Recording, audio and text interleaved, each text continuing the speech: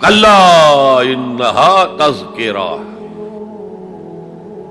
یہ لفظ بہت اہم ہے. تذکرہ، ذکرہ، تذکیر، فذکر بالقرآن، کیا معنی ہے اس کے؟ یاد دہانی صحیح ترین ترجمہ ہے، یاد دہانی. ایک ہے کسی کو کچھ سکھانا، نئی بات سکھانا، ایک ہے یاد دہانی. اسے ایک چیز معلوم تھی، کوئی بھول گیا، یاد کرانا. جیسے آپ کے کسی دوست نے آپ کو بہت قیمتی قلم دیا تھا، آپ نے اسے بہت سنبھال کر اپنے ٹرنک میں رکھ دیا. اب سال ہا سال ہو گئے، نہ دوست سے ملاقات، نہ وہ یاد.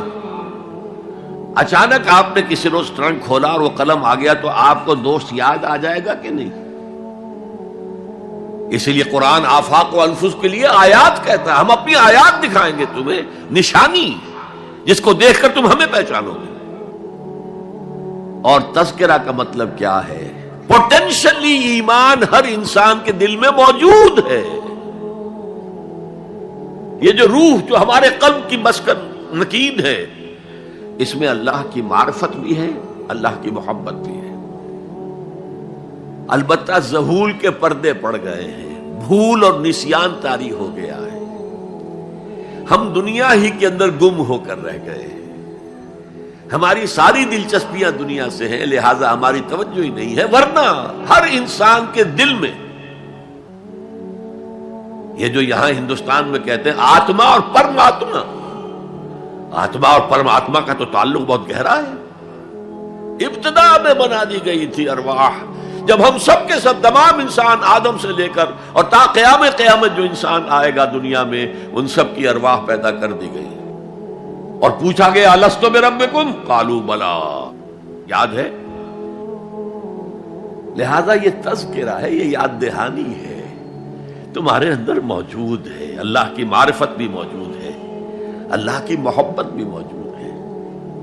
لیکن کلا بل ران علی قلوبہم ما کانوا یعملون، ان کے دلوں پر زنگ آ گیا ہے اب ان کے اعمال کی وجہ سے. شیشہ جو ہے وہ زنگ آلود ہو گیا. حضور نے فرمایا ان هذه القلوب لتصدع كما يصدع الحديد اذا اصابه الماء، ان دلوں پر بھی زنگ آ جاتا ہے جیسے کہ لوہے کے اوپر پانی پڑتا رہے تو اس کو زنگ آ جاتا ہے. پوچھا گیا فما جلاؤها یا رسول اللہ، اے اللہ کے رسول ہماری تلواروں کو زنگ لگتا ہے، ہم پالش کرتے ہیں، سیکل کرتے ہیں، وہ پھر چمک اٹھتے ہیں. تو دل پر اگر زنگ آ جائے تو اس کا علاج کیا ہے؟ دو چیزیں فرمائی، کثرت و ذکر الموت و تلاوت القرآن. دو کام کرو کثرت سے، موت کو یاد رکھو، یہاں رہنا نہیں ہے، جانا ہے. یہ ہمارا گھر نہیں ہے، یہ ہماری منزل نہیں ہے. ہمارا اصل گھر جو حضور نے فرمایا انما الدنیا خلقت لکم وانتم خلقتم للآخرہ، یہ دنیا تمہارے لیے بنائی گئی، تم آخرت کے لیے بنائے گئے ہو. اسی لیے حضور نے فرمایا کن فی الدنیا کانک غریب عابر السبیل، دنیا میں ایسے رہو جیسے راہ چلتے مسافر ہو یا اجنبی ہو. اپنے بارے میں فرمایا مالی ولی دنیا، مجھے تمہاری دنیا سے کیا سروکار، انما مثلی کراکب استظل تحت شجرۃ ثم راح فترکھا، میری مثال اس مسافر کی سی ہے جو ذرا سستانے کے لیے کسی درخت کے سائے میں بیٹھتا ہے تھوڑی دیر. وہ اس کا گھر تو نہیں ہے، اس کی منزل نہیں ہے، پھر وہ اس کو چھوڑتا ہے، اپنا راستہ لیتا ہے. یہ اگر ہمارا تصور قائم ہو جائے، کلا انہا تذکرہ. اب اس کے بعد جو الفاظ آئے فی صحف مکرمۃ مرفوعۃ مطہرۃ بایدی سفرۃ کرام بررہ،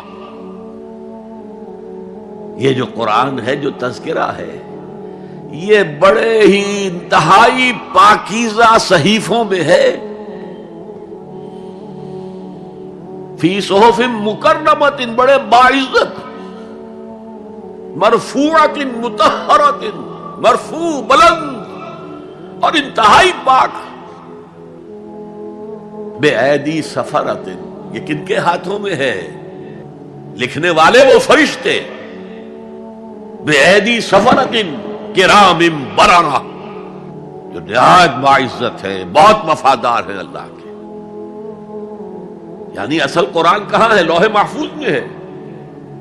اصل قرآن کہاں ہے؟ ابھی اگلی جو پڑھیں گے ہم، کتاب مکنون، چھپی ہوئی کتاب کے اندر ہے.